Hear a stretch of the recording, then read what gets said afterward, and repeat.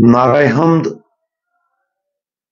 मैं उठकर अपने बाप के पास जाऊंगा और कहूंगा, आए बाप, मैंने आसमान का और तेरा गुनाह किया है। आज हम मुकद्दस लूका की अंजील उसका 16वां बाब और उसकी आयात 19 ता 21 पर ध्यान ज्ञान करेंगे।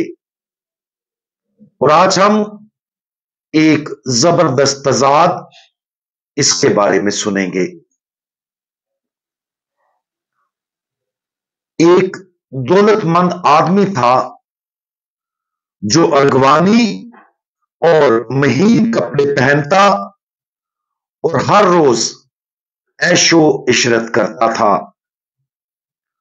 और लाजर नामी नासूरों से भरा हुआ एक बकारी उसके दरवाजे पर पड़ा हुआ था और उसे आरजू थी कि मैं उन टुकड़ों से पेट भरूं जो उस दौलतमंद की मेज पर से गिरते हैं, बल्कि कुत्ते भी आकर उसके नासूर चाटते थे।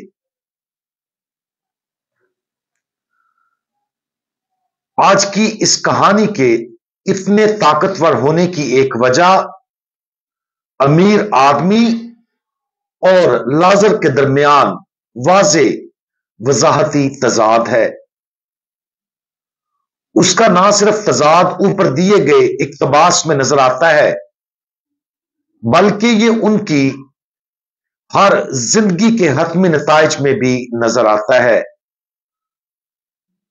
पहले तजाद ये कि अमीर आदमी की जिंदगी कम अज कम हर सतह पर बहुत ज्यादा ख्वाहिशात से भरी लगती है।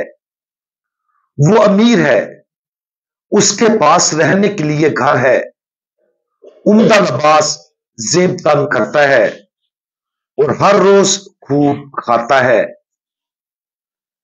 इसके बरक्स लाजर गरीब है, उसके पास कोई घर नहीं है, उसके पास खाना नहीं है, वो जख्मों से भरा हुआ है और यहां तक कि वो अपने जख्म चाटने वाले कुत्तों की जिल्लत बर्दाश्त करता है।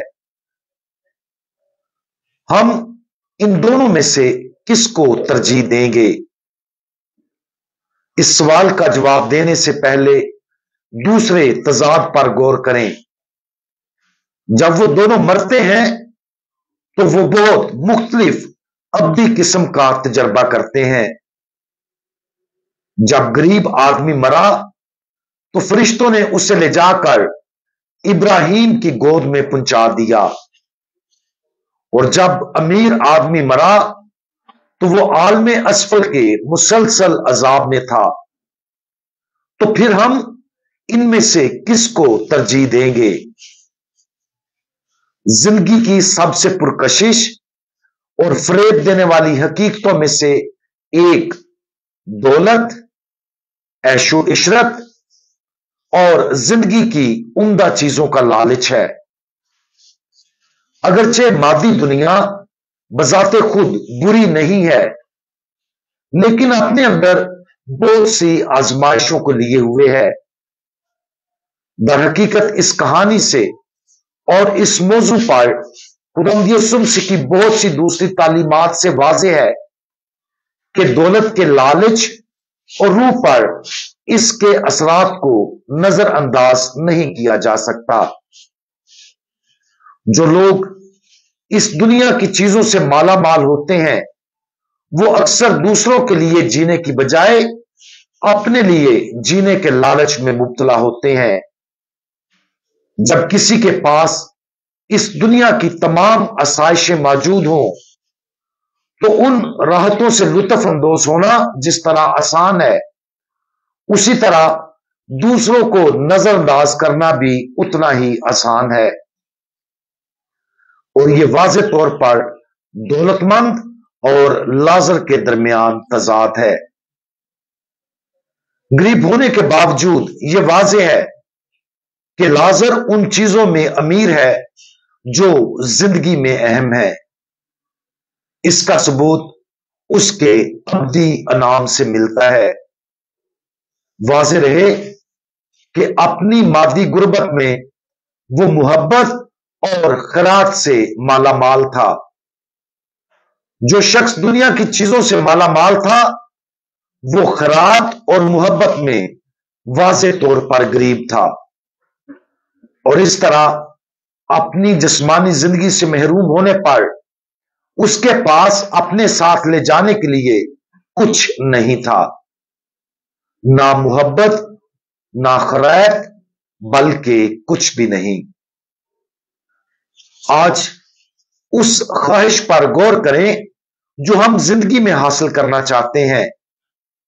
अक्सर मादी दौलत और दुनियावी चीजों का फरेब हमारी ख्वाहिशात पर हावी होता है।